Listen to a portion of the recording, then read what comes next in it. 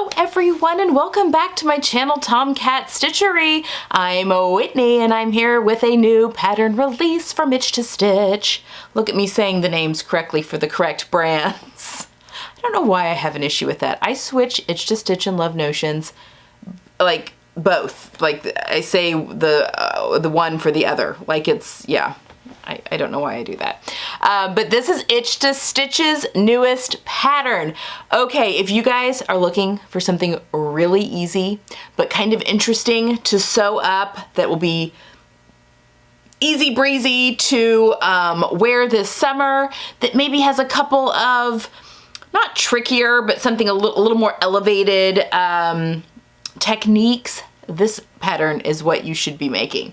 Okay guys, this is the new Lemont top and it is 3 pattern pieces plus there is a binding piece for the armband and a binding piece for the neckband. But I mean, technically they're just, you know, bias tape that you're putting on there. So you have a front that's cut on the fold, a back that's cut on the fold, and then these side pieces here, this sleeve, it is all one piece. It's the weirdest looking pattern piece for the sleeve, but it makes so much sense when everything goes together and it looks so on trend. And I can't wait to talk you through all the details and stuff like that. Okay, the Lemont, this is the bust range that we've got going on here. It has a standard front and it also has a full bust front. I have made the size 8 with the full bust front, which is my go-to size with Itch to Stitch. I either do the 8 with a D cup if that's an option, or if it's just standard bust versus full bust, I always pick the full bust option. But the 8 fits me really well in the shoulders. Okay, so that is what I've made here. I did shorten the body by 1 inch, which is very typical for me with Itch to Stitch patterns. A lot of times, if it's a top, I'll just shorten it 1 inch at the lengthen and shorten line. If it's a dress, I will shorten it 1 inch at each lengthen and shorten line. She usually puts 2 for dresses to shorten things by 2 inches for me.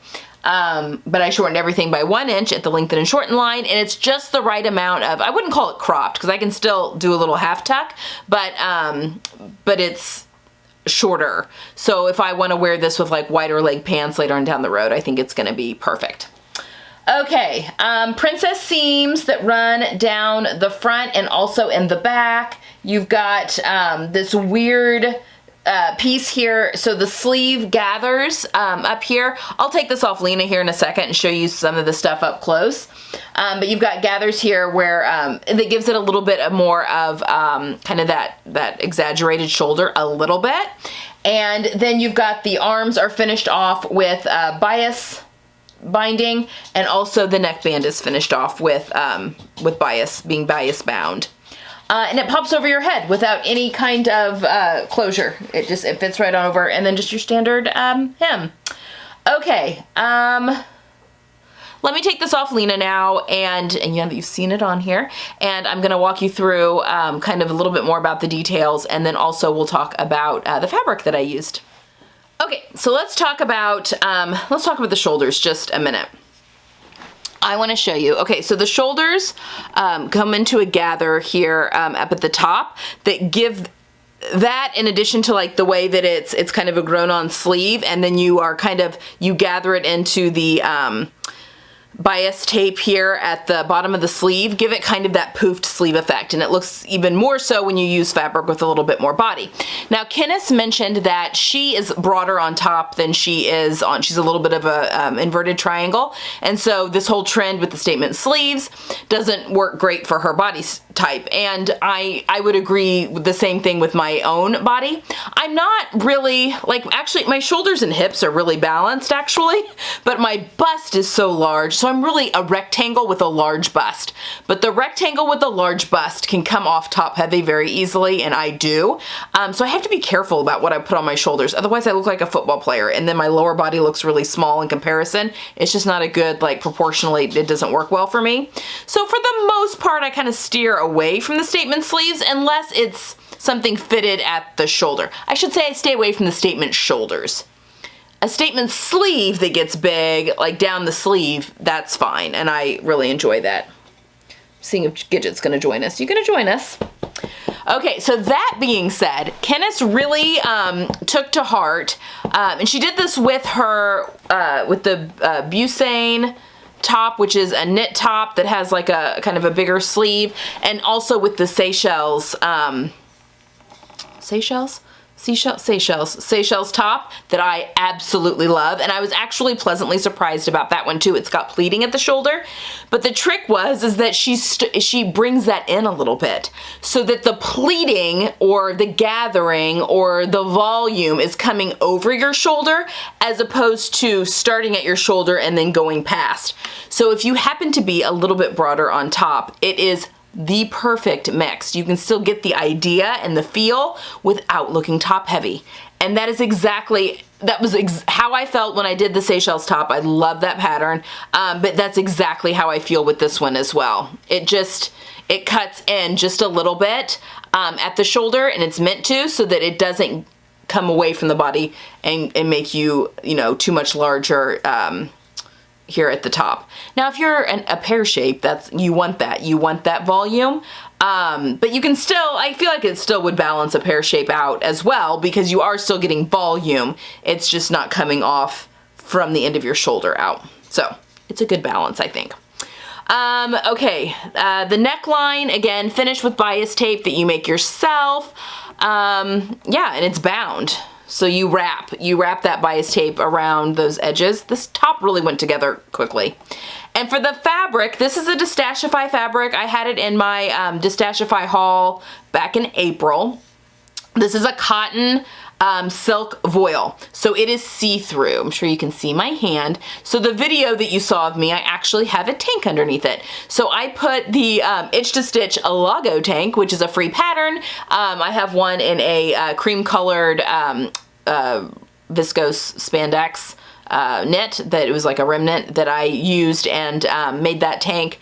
I don't even think I've talked about it on the channel. I made it last summer. I just never got around to talking about it, I don't think. I mean, it's just a basic white tank. It kind of has a ricer back, but I just put that on underneath this and it gives me the coverage I need, but still the floatiness and the see-through ability, the translucence of the fabric that I think is really beautiful. And you do you have to wear something underneath because the side of the shirt is also the sleeve. So if I, just lined the front and the back, yeah, that would cover this part of my body, but you could still see everything from the side. So I just put a tank on underneath it and I think it worked beautifully. Obviously you could use a fabric that's not see-through and you don't have the issue, but I think this fabric is perfect for lightweight linens. It's perfect for voiles if you wanted like cotton voiles. This is a silk cotton voile. It is perfect for cotton lawns, cotton shirtings you could even do. I mean, yeah, I would personally choose something with body because that's what makes these cool details stand out. I mean, could you make it in a, a drapier silk or rayon? Sure, of course you could, but it would just be a little bit different look, which is not a bad thing. That could be really cool too. So anyway, that's kind of, whatever fabrics you want to use. You can kind of use a gamut of woven fabrics as long as they're a little bit lighter weight. But yeah, just know that if you're using something with more drape, like some of your drapier silks or viscose or rayon, which are the same thing. I've gotten some questions on that lately, like what's the difference? It's the same thing, just two different words for the same thing. Anyway, they would just have more drape and just give a little bit different look. So just kind of whatever you're feeling, but I think this turned out lovely. I'm so happy. I had just enough fabric to do this shirt because the sleeves take up quite a bit of space and it worked out perfectly. So I kind of hinted that I was like, oh, I think I have a pattern test I'm doing now that this might work for, and it did. So yay. So that is the new Itch to Stitch Lemont. It is just a really great, easy breezy summer shirt. And I can actually see my daughter really liking this. And I may ask her some of that new fabric I just bought her, if that is something. Actually, I also have some Lady McElroy fabric that I bought for myself when I first learned about Lady McElroy. So before I had my colors done, and I bought a couple of pieces that are not in my colors, but they are in hers. Like something like that could be really cool with this.